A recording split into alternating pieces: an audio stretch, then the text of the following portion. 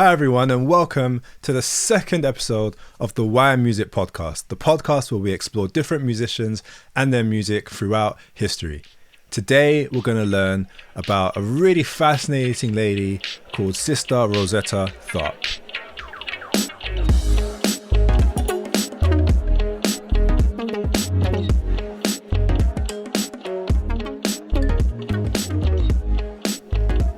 Rosetta was born on the 20th of March 1915 in a place called Cotton Plant, which is in Woodruff County, which is in Arkansas.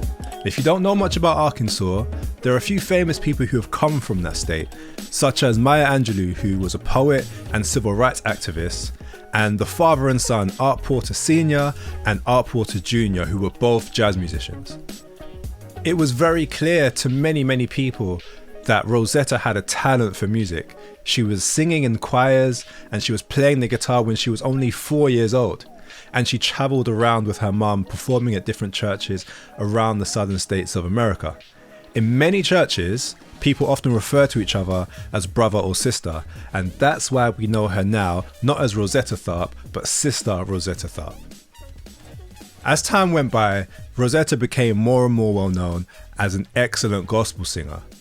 And the problem started to happen when she started to record music that had elements of rock and roll and other elements of music which weren't to do with gospel. Many Christians were very angry at that, but her singing and guitar playing were loved by so many other people all across America. It's important to remember that this is the 1930s, and these days we're really used to seeing women sing and play the guitar at the same time. For example, women like Tracy Chapman, Taylor Swift, Joni Mitchell and Leanne LaHavas, for example, are well known for singing and playing the guitar. But back in the 1930s, it was much rarer to see a woman playing an instrument and being known for playing an instrument, far less a black woman in those times. It's also important to remember that, again, back in those days, attitudes towards sexuality was very different. There are many sources which suggest that Sister Rosetta was queer. Now, if that's true, it's totally understandable why she didn't make it public herself. I mean, think about it, right? What would the church people say? What do you think they would have said? What do you think the average person would have thought of her if they knew that? To put all of this into context, Hattie McDaniel became the first black person to win an Oscar in 1944, but she wasn't even allowed to attend the movie premiere which she won the Oscar for because of segregation. So bearing that in mind, what do you think life was like for black women such as Hattie McDaniel or Sister Rosetta at the time? Even though she faced a lot of discrimination in her life, she recorded in the 1930s and the 1940s songs like Strange Things Happen Every Day. Have a listen to that song. It's really interesting. And it's more interesting to know that nowadays it's called one of the first ever rock and roll recordings. You can hear many different elements of blues, such as call and response and the chord structures that the song uses. And of course, you can always hear her roots in gospel music.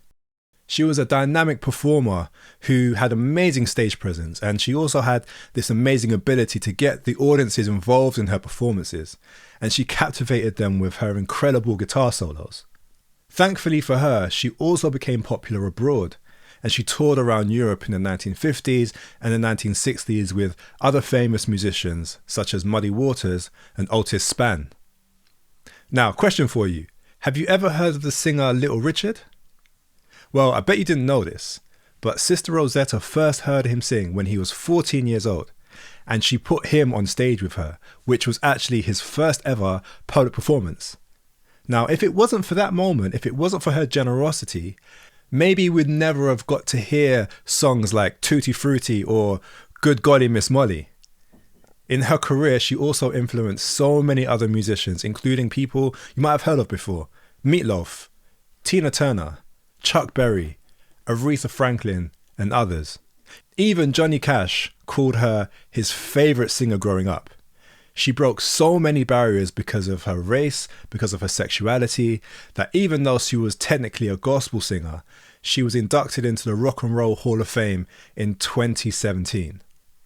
Unfortunately, she died from complications from diabetes when she was only 58 years old in 1973, but her music and her influence have made an indelible mark on music history.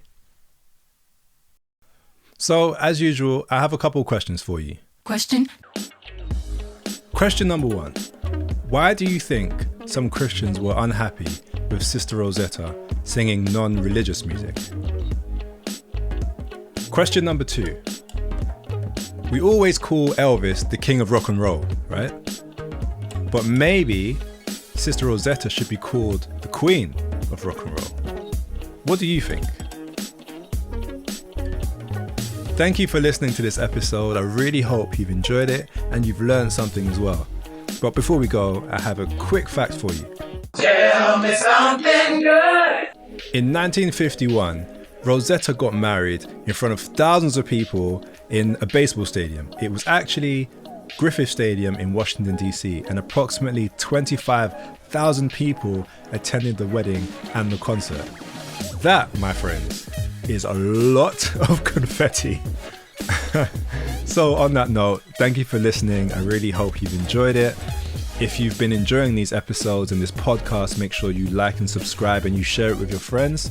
If you want to follow us on social media, just simply type in The Why Books on Instagram or Twitter and you'll find us there.